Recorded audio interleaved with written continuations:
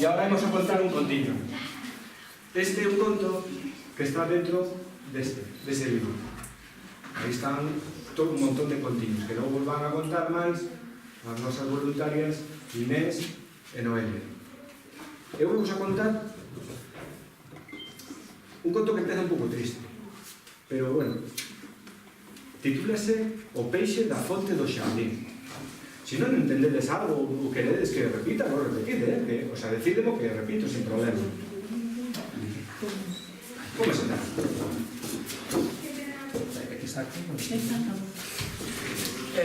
Este libro é un libro de moitos contos, vale? Non só de ese escritor que se chamaba Casares. E o conto dice así: onde morreu un peixe? Era un peixe azul e roxo. Apareceu flotando no estanque da fonte do xardín. O garda colleuno e levouno a enterrar. Pobre peixe. Unha señora que vende laranxas, pavías, ameixas e mazás dicía: foi un neno que lle pegou cun pavo. O garda que tiña uns bigotes longos, era un fuerte, era un home que estaba así sempre. Como están os gardas sempre así? Enfadados, estaban así. Preguntou quen fora. E cando parecía que lle ia botar as culpas a un meniño loiro que se chamaba Xavier e que é moi traste, apareceu o Leoncio. Ti igual non te agotas do Leoncio. O Leoncio é un tolo que ten manías de electricista. Nunha ocasión íamos ti máis eu e estaba subido nun banco na estrada de Chaves, dando un discurso sobre os avións e decía: os avións non poden voar. Poden voar os avións? Os avións voan. Pois el decía que non, que só podían voar os páxaros. E púxose ali e tiña toda a xente escoitando aquel discurso que estaba dando aquel home. Pero claro, vos non vos acordades. Pois claro, o que vos decía: o garda dos bigotes longos ia lle botar a culpa a aquel meniño de pelo loiro. Sabedes o que é pelo loiro, non? Ben. Entón o Leoncio dixo: señor garda, non foi así. Onte, no pobo, onde fixo calor aquí? En Verín non, en Verín facía frío, pero antronte fixo moito calor. Pois neste conto dice que fixo moito calor aquel día e estaba o Leoncio sentado ali e viu chegar un paxaro que iba á fonte e viña tan canso que non chegou nin a apoiar e caí tumbado. Entón, un peixe, aquel peixe que aparecera morto, saltou do estanque, púxose aos pés do paxaro e o paxaro arrimou un pouco o pico, arrimou e sorbeu unhas gotiñas, unhas pinguiñas de auga da pel do peixe. Solo con eso xa reviviu o paxaro, mais o peixe, que lle pasou ao peixe? Morreu. Esa foi a historia que contou Leoncio. E o garda, ao escoitala, xa non lle quixo botar as culpas a aquel neno de pelo loiro. Pero díxolle o Leoncio a aqueles rapaces: a ver que vos parece esta idea. Díxolle o Leoncio a aqueles nenos e aquelas nenas: algún día vou inventar unha bomba destas que botan nas festas dos povos, para que ao estourar deixe caer xoguetes, caramelos e xelados para todos os nenos. E este é o conto do peixe da fonte do xardín. Gustou vos?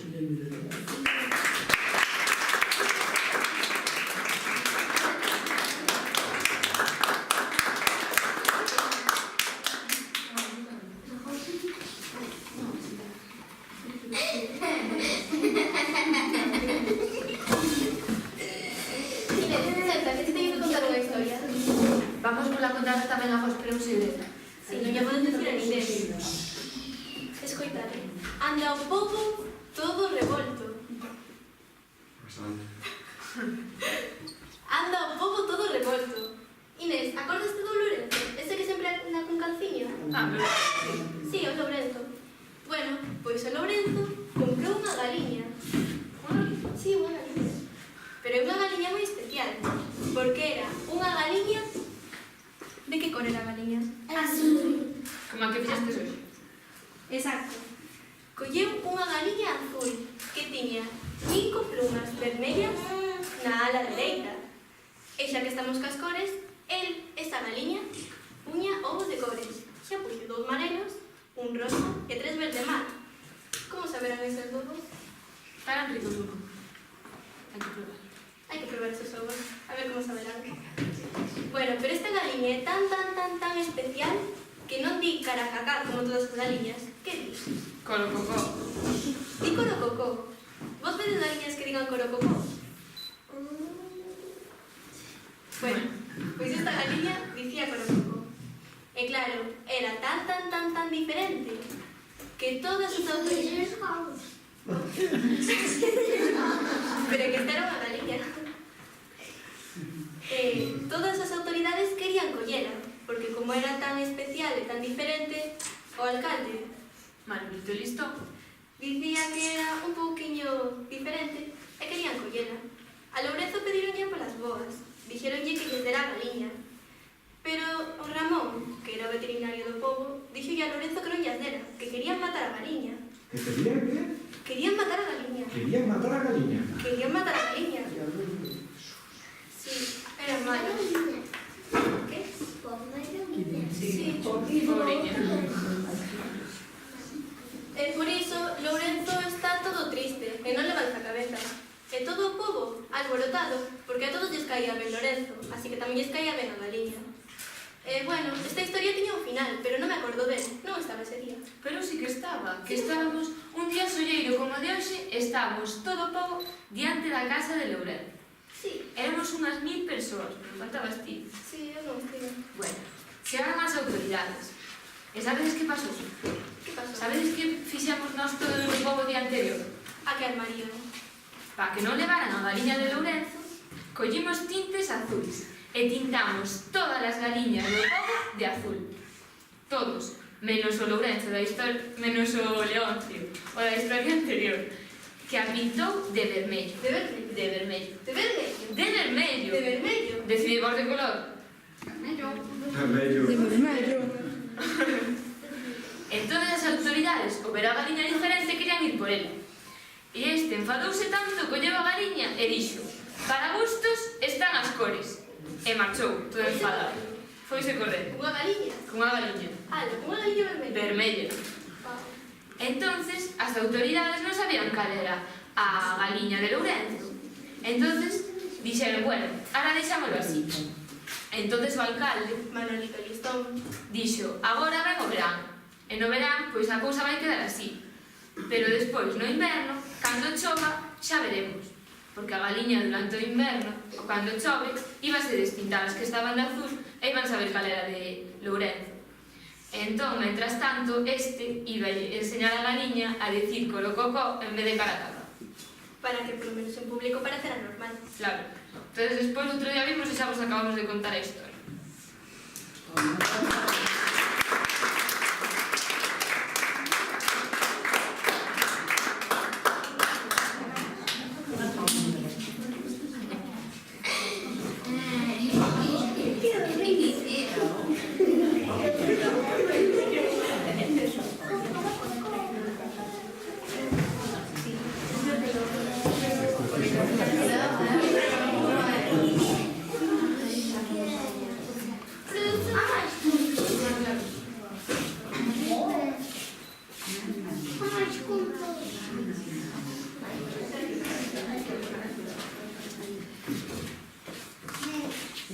Bueno, nós vamos a contar un conto que se titula A que sabe a lúa.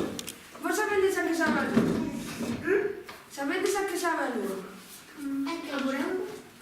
Moitos dicen que sabe a queixa. Pero bueno, vámonos ver hoxe.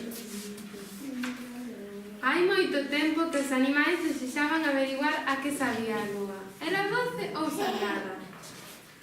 A noite, os animais ollaban ansiosos para o ceo. Estiraban os pescozos, as pernas e os brazos, pero non lle chegaban. Incluso o maior dos animais non lle chegaba. Un día, unha pequena tartaruga decidiu escalar unha montaña elevada para poder chegar ata a lúa. Vista lá de encima, a lúa estaba máis próxima, mais a tartaruga aínda non podía tocala, entón chamou o elefante. Sobe para as miñas costas. Tal vez cheguemos á lúa. A lúa pensou que se trataba dun xogo, e a medida que o elefante se ia aproximando, afastouse un pouco. Como o elefante non pode tocar a lúa, chamou a xirafa. Se subires as miñas costas, o mellor alcanzámola. Mais, ao ver a xirafa, a lúa distanciouse un pouquiño máis. A xirafa estirou o pescozo, mas non serviu de nada. E chamou a cebra. Se subides para as miñas costas, é probable que nos aproximemos dela. A lúa comenzaba a divertirse con aquel xogo e afastouse outro pedacito. Tamén a cebra non conseguiu tocar a lúa e chamou ao león. Se subires para as miñas costas, tal vez podamos alcanzala. Mas cando a lúa viu o león, tornou a subir un pouco máis. Tamén, desta vez, non conseguiu tocar a lúa e chamaron ao raposo. Verás que como conseguimos se subes as miñas costas, di o león. Ao ver o raposo, a lúa afastouse un pedaciño máis. Agora só faltaba un pouquiño de nada para tocar a lúa. E o raposo chamou o macaco. Que certo, desta vez conseguimos. Anda, sobre as miñas costas. A lúa viu o macaco e retrocedeu unha vez máis. O macaco xa podía chegar a lúa, mas tocala nin pensalo. E chamou o rato. O rato non chega lá.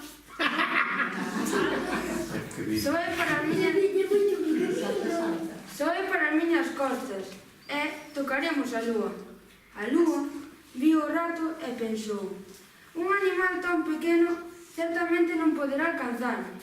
E como xa comezaba a aborrecerse con aquel xogo, a lúa ficou onde estaba.